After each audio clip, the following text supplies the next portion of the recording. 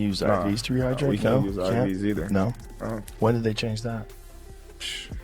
I ain't never, they changed anything. I think that was legal because you know when Floyd fought Pacquiao, that was a thing.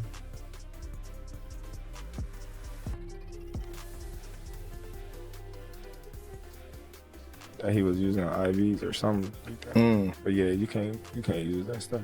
You can use the IV to mask performance-enhancing drugs. So that's why they outlawed it. Yeah. Yo, yeah, so if he was pound for pound, Floyd was pound for pound. You or Floyd, who would have done that? Who would have won that? Me. Oh, okay, I'm just asking. Man. Because Floyd was pound for pound before. That would have been a hard fight, though. Man, me versus anybody. I'm gonna always say me. Okay. Come on now. Floyd Mayweather, is he as rich as we think he is? No. So when we see the $1 million in the bag, That money, light money. Like, he can get his hands on that. right? I Yeah. need some of that light money then. Yeah.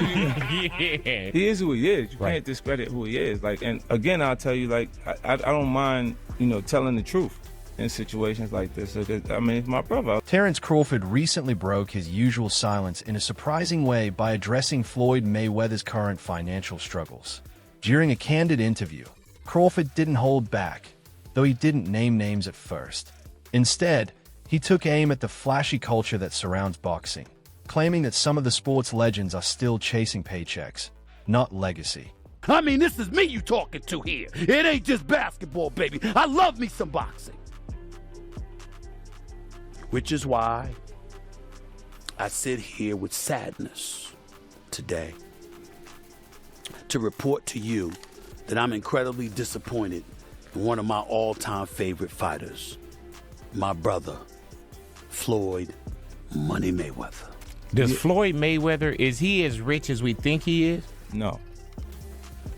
So when we see the $1 million in the bag, That money, light money. Like, he can get his hands on that. right? You know what I'm saying? Like, if you can't. I need some of that light money then. Yeah, you know what I'm saying? Anytime like that, look, he is who he is. You Right. can't discredit who he is. Like, and again, I'll tell you, like, I don't mind, telling the truth in situations like. It was clear that Crawford was hinting at Mayweather, a man who had always been seen as the epitome of wealth and success in boxing. But this time, Crawford's comments had a different tone. What started as a subtle jab quickly gained momentum when Crawford began liking and reposting clips that criticized Mayweather's financial choices. This shift in his demeanor was striking, as Mayweather had long been the benchmark of financial prosperity in the sport. Even Stephen A. Smith, who had generally stayed out of the financial discourse surrounding Floyd, eventually broke his silence. On air, he admitted that something didn't feel right. He pointed out that people close to Mayweather were starting to question his financial decisions, though he stopped short of claiming that Floyd was broke. Still, he made it clear that things weren't looking great. How I feel about Floyd, you know how great I think he is as a boxer, as a fighter. I think he's the best on the planet, and I stand by that. I'm going to be a man about this because somebody needs to. Here's the bottom line. Floyd Mayweather Jr. continues to tell the public that he just wants to give the fans what we want to see. Floyd Money Mayweather retired from boxing 50-0.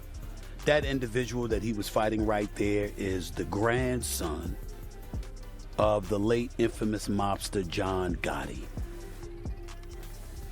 I am not aware of John Gotti III having any real kind of boxing background.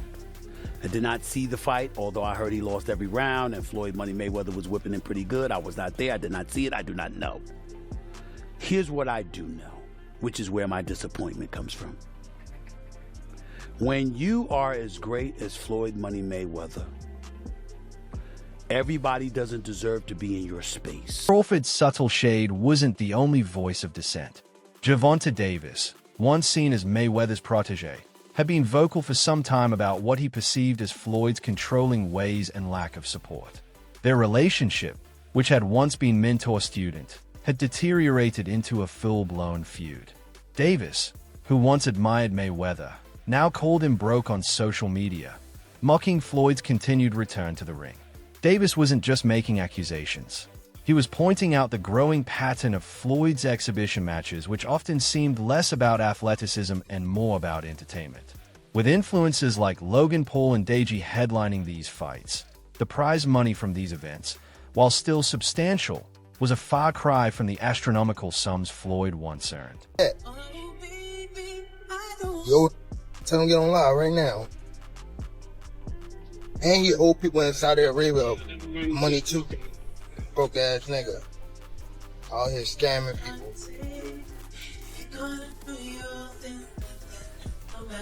Oh, you fancy. Live right now. Ours keyword, the FANCY. Put out on our free Hits 97.3 app or even at hits973.com. Whatever is easiest for you, for your channel. What set you off that you was like, I gotta do that? A lot of people don't know that what Floyd do.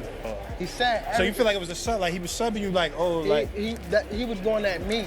He was going at me, and I knew for sure he was going at me. That's why I went at him. There's no reason for me to go at Floyd. Yeah, that's what I was thinking. Cause it's, I feel like y'all got, I would say love, hate, but it's been like the last interview you showed them love. This week it was whatever. But is that sometimes like, you know, is it just like big bro, little bro seeing things different, or what is it to you? No, Floyd don't never. He felt as though I'm at that point where as though I passed him. And I'm doing it at a young age. Wait, like when Floyd was 29. You'll see, bro. Yeah. That deal that I'm talking about? Yeah. Oh, that's a part of the deal. He don't know about that yet. But that's bigger than his deal. Damn. Wow. And I'm just releasing This it. exclusive. That's exclusive. Bigger than Floyd deal? Yeah. Ain't no cap, nigga. That's a lot of bread. You'll see. It's gonna come. Davis' claims lined up with what many fans had been noticing. Why would someone who supposedly earned over $1 billion in his career need to continue fighting in these low-profile matches? To Davis, the answer was simple. Floyd needed the money. His return to the ring wasn't about passion. It was about paychecks. It was in a lose-lose situation. Now, what came out still on top? With Floyd? You said, what was the lose-lose situation? What you mean? It was a situation that he put me in to, make me lose. But he thought. You talking about like a boxing match or? Yeah, boxing match. Ooh, if you don't mind. If you don't want to, it's fine. Joseph Pedraza, my first world title. I was 16-0. I was 21 at the time, and I haven't fought in like 7 or 8 months. And around that time, I wasn't making that much money. I probably was making like $10,000 a fight. So 6 months is crazy to not fight, So when they came back and it was like, all right, you gotta fight. He was like, you gotta fight this fighter, which is Joseph Pedraza. If you don't fight him, you're not fighting. You're like sitting on the shelf. So I had to fight him. In the midst of all that happened, I got evicted. I had to sell my jewelry. So now, and remind you, I'm letting them boxers that you talking about, I'm putting them on game, letting them know what's going on. Like, see, this was happening. Like, you feel me? I'm letting these guys know. So when it be like people saying they want to fight me, it's like, how could you, nigga? I was the one that was giving you game when I was going through it. Yeah. When I was at the lowest part of my career, I was telling y'all niggas how so you wouldn't have to get here. And now it's like betrayal almost. Yeah. Okay, so do you think Floyd did that intentionally? Yeah, for sure. Yeah. Why after so much time? After like, I guess, again, after what we think he helped you come into the game, he gave you the spotlight, like why would he try to diminish your career? Because at that time I don't want to go too deep into it because I don't want to bring up but it was somehow that they were saying that I was messing with his daughter off of the fact that she kept Snapchatting me. Okay. She kept hitting me on the Snapchat. Eddie Hearn echoed this sentiment. He stated that Mayweather's decision to continue fighting wasn't about his love for boxing. It was about maintaining a lifestyle that had become unsustainable. From the outside, it seemed less like a return to greatness and more like a man struggling to keep up with his financial obligations. What about Mayweather? Yeah, I don't know. I mean, I think that Mayweather was unquestionably one of the best ever. But I don't know. I mean, it's difficult to say he's not a true fighter because he fought everybody he could of his era. But he was a different kind of skill set, He was very much hit and don't get hit, which is the art of boxing. I think sometimes when these guys carry on and they do the exhibitions and all that kind of stuff, it just sort of diminishes the legacy a little bit. Yeah, a little bit. And that's what I feel like's happened with Mayweather. Why do you think he does those things, though? Do you think for money? I don't think he's got the money he says. That's what I think. You think he still needs the money? I don't after think all he these needs years? the money. But when you got that lifestyle, right? So when you spend him... Evidence of Floyd's financial issues have been creeping up for years despite no longer pulling in the enormous purses of his prime. Mayweather's extravagant spending habits hadn't slowed down. His social media accounts were still filled with images of designer clothes, private jets, and luxury watches. Everything to reinforce the image of a king, even as his matches began to feel more like glorified sparring sessions. Money made, money made, money made all day. You know, right here, a light million. Over there, counting up another million over there. Walk with me, ladies and gentlemen. Let me take you into my life.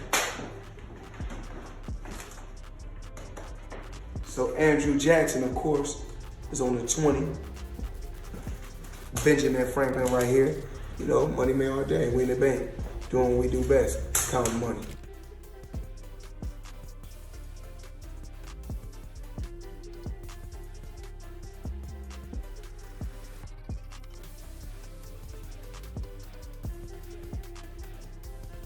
The boxing world wasn't the only one to take notice. Joe Rogan also weighed in on the matter. On his podcast, Rogan questioned Mayweather's claimed $400 million investment in Manhattan real estate. Floyd had asserted that he owned over 60 buildings focused on affordable housing in New York, but Rogan called out the lack of concrete proof. No public property records seemed to support Floyd's claims. This raised questions about the legitimacy of Mayweather's so-called business empire. And one of the reasons why people watch him fight is not because he's like Mike Tyson, just goes out and destroys people. They like watching him fight because they hate him. Because he talks so much shit, and he's like, look at my $1 million watch, look at my fucking jet, look at my house, look at this. He's like constantly showing you all these things that he has. Like he'll lay out watches in a hotel bed, like this is $1 million worth of watches. This watch goes for $2 million. And they're like, this is my small watch that I take sometimes, but when I'll show you, when I'll show up, I bring out the big boy, and it brings out this watch that's covered in diamonds. It's like $5 million. And so you hate him. He's got $1 million watches. I don't think he buys every pair. They give them to him? Yeah. Because then you get a video like that. Right. That's smart. And then you get Floyd's Air Force Ones given away for charity. That's a tax write-off. There's all sorts of things that goes into Yeah, you that. got a good point. But those $1 million watches, they're not giving you those. They still, worth whatever they worth. Like if you got 8 of them. Yeah. You Look got at this. Look at all those diamonds. That's ridiculous. That's millions of dollars worth of diamonds. The situation took a bizarre turn when Logan Paul revealed that Mayweather still owed him millions for their 2021 exhibition match. Though the fight was a major pay-per-view success, Paul claimed that he hadn't received his full cut.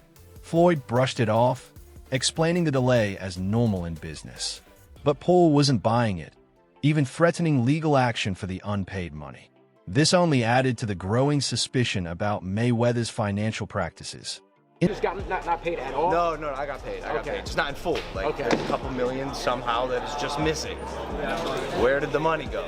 Floyd said he could afford a Jeff Bezos-sized jet from the money he made from that fight. I ain't got no jet.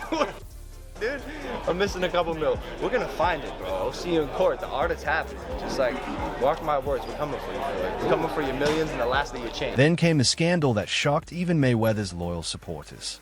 In January 2025, employees from one of Floyd's gyms in Los Angeles staged a protest, claiming they hadn't been paid in months. Trainers and staff were left in the lurch, a situation that didn't sit well with the public. For someone who frequently flaunted his wealth, the idea of neglecting employees raised serious questions. Working for such a big name company, you would think you move from a small town city in Alabama to Los Angeles, Hollywood, and everything would be good. The grass would be greener, but the reality of it is we're not even getting paid. We're not even getting our funds. Can't just pay us on time. That's literally all we're asking for. I had to deal with depression. I had to deal with unsurety. I had to deal with conflict with my now wife because of me not figuring out where I'm gonna do, where am I gonna get money from to pay my bills? Like this is insanity, man. Like we've had like members come here and try to offer us like, we can help you out here, or we can give you money, or people gave us Chick-fil-A cards so that we could try to eat food like this. I was a member for Floyd, Mayweather Boxing and Fitness since late 2018. Always loved the gym, always loved the studio, big fan of Floyd. They offered me an opportunity to coach because I have boxing experience, and I was like, man, this is gonna be amazing. And since I've been here, it's just been a lot of false promises, a lot of stuff going on. I got promised a head position. I used to work a corporate job, quit my job to come here for a better opportunity for myself, and then I have to deal with unpaid wages on a consistent basis. There's been times where I've gone over a month without getting paid. I had to plan a wedding this year not knowing if my funds were gonna come in to be able to finance stuff. It's ridiculous. Like, everybody here, we just sit here and we have to smile and we have to put up this front for all these people for what? For our sanity, for us to be good? Like, I mean, like, I just don't understand how a company that has a brand, that has money. We have lost everything. I've lost so much in this, not getting paid, getting paid late. It has completely affected my life. It has affected my mental health.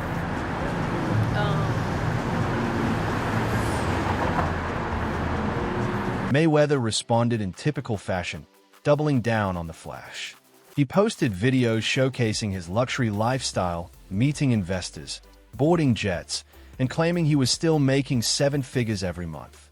But the public reaction shifted. The more Floyd tried to maintain his image, the more questions arose about whether he was merely trying to protect a facade. You know what's crazy? People are always in my business worried about what I'm doing. What Floyd is doing, what Floyd ain't doing, what I do got, what I don't got. Just know, I'm gonna stay in my lane, I ain't gonna nobody, and I don't want nobody me. If I go on vacation, my fault. When I go on vacation for 30 days, I take 30 watches with me. But you know what? You know what? What's crazy is this. If we add 10 more days, I take 10 more watches. But then I say, if I want to bring out the one and only, then I bring out the watch that costs 18 million. Matter of fact, you know what I'm gonna do for haters today? I'm gonna go for $50,000 because I ain't got shit else to do. Money made all day.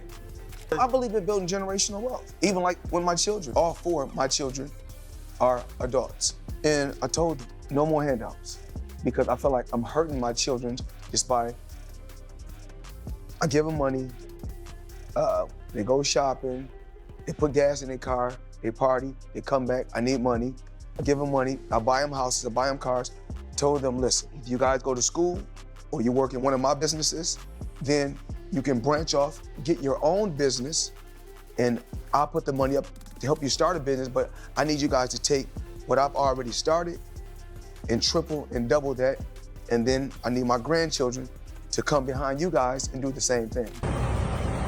Just another ordinary day, chilling in an EWB Rolls Royce. For those that don't know what an EWB is, that's an extended wheelbase Rolls Royce. I need the leg room. I know I ain't that tall, about 5'8.5", some days 5'9", but it is what it is.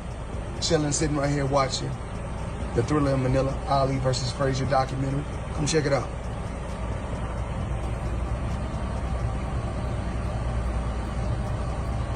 Up top, every planet.